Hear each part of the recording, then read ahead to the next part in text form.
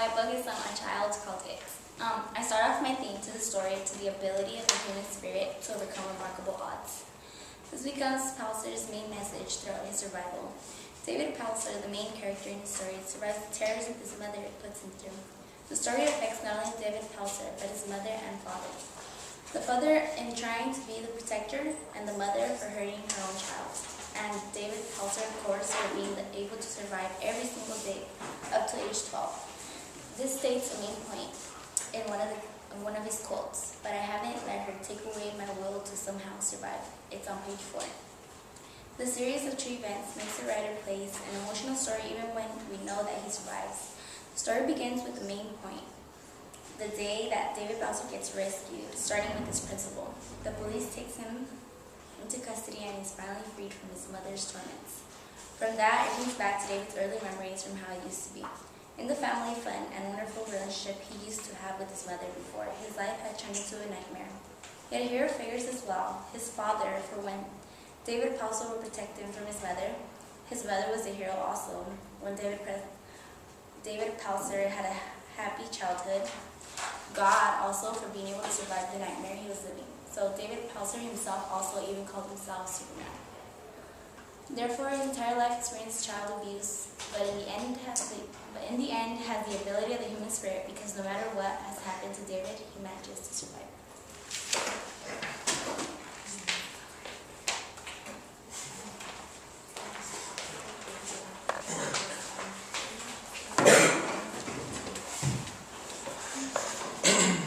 Hello, my name is Maxwell. This brief presentation I'm giving is a book report referring to the novel No Woman, No Cry. Written by Rita Marley, the novel is an autobiography of her life with Bob Marley. Throughout the context of the novel, she describes the hardship and obstacles that they had encountered and overcame. With the reading of this novel, I stumbled with concluding whether this novel is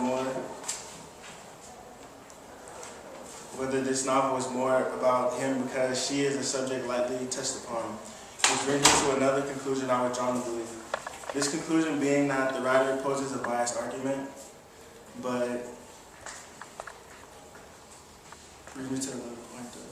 The writer poses a biased argument not just because the novel has very little to do with her, but that he is painted out in being some sort of perfect person. Bob Marley being the successor and greatly favorite person he is, I ask you to read this novel and ask yourself, did the writer censor herself from saying what she intended on saying because of fear of losing credibility from her audience?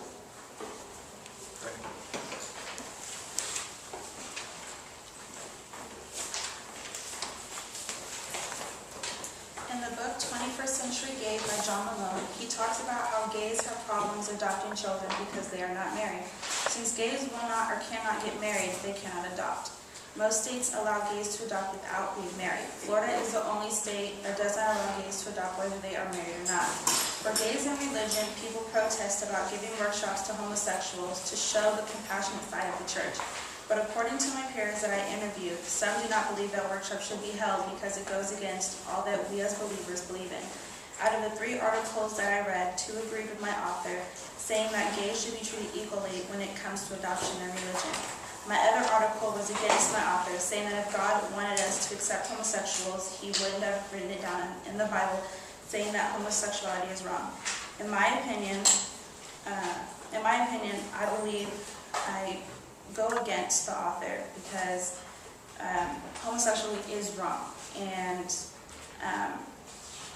I certainly got a better understanding of the book of homosexuality in the 21st century by reading this book.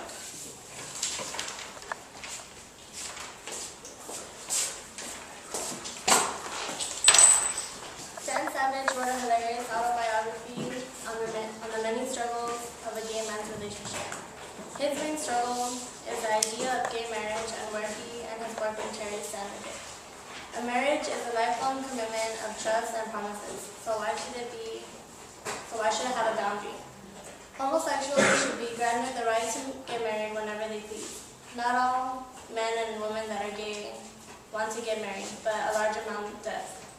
In his book, The Commitment, page 22, he quotes, "I am not sure why the debate over gay marriage affected me so deeply. It is not as if Terry and I ever wanted to get married. of kin. In a crisis, we would like to be able to make medical decisions for each other, or even for our dog.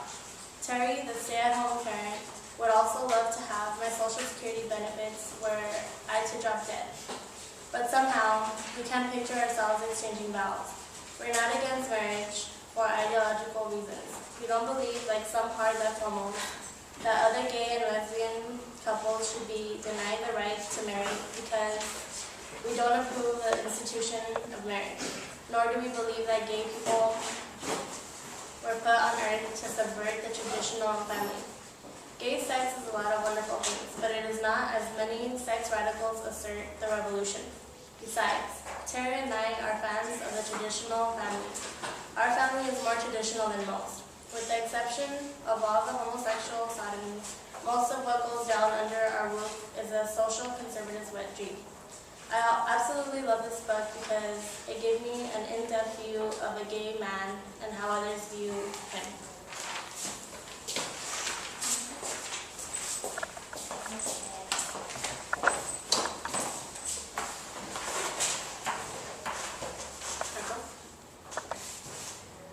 The book I read was A More Perfect Union by Richard D. Moore. This book is about gay marriage.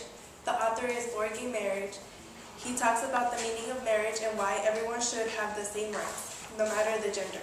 For example, he says, dictionaries define marriage in terms of spouses, spouses in terms of husband and wife, and husband and wife in terms of marriage. In consequence, the various definitions do no positive work in explaining what marriage is, and so simply end up broadly assuming or stipulating that marriage must be between people of different sexes. He also talks about America's promise, which is the promise of equal justice under law, to realize its belief that all people are created equal and to confirm its allegiance to liberty and justice for all. I thought this book presented us with many good points on why gay marriage should be legalized. It was a clear, well-written book.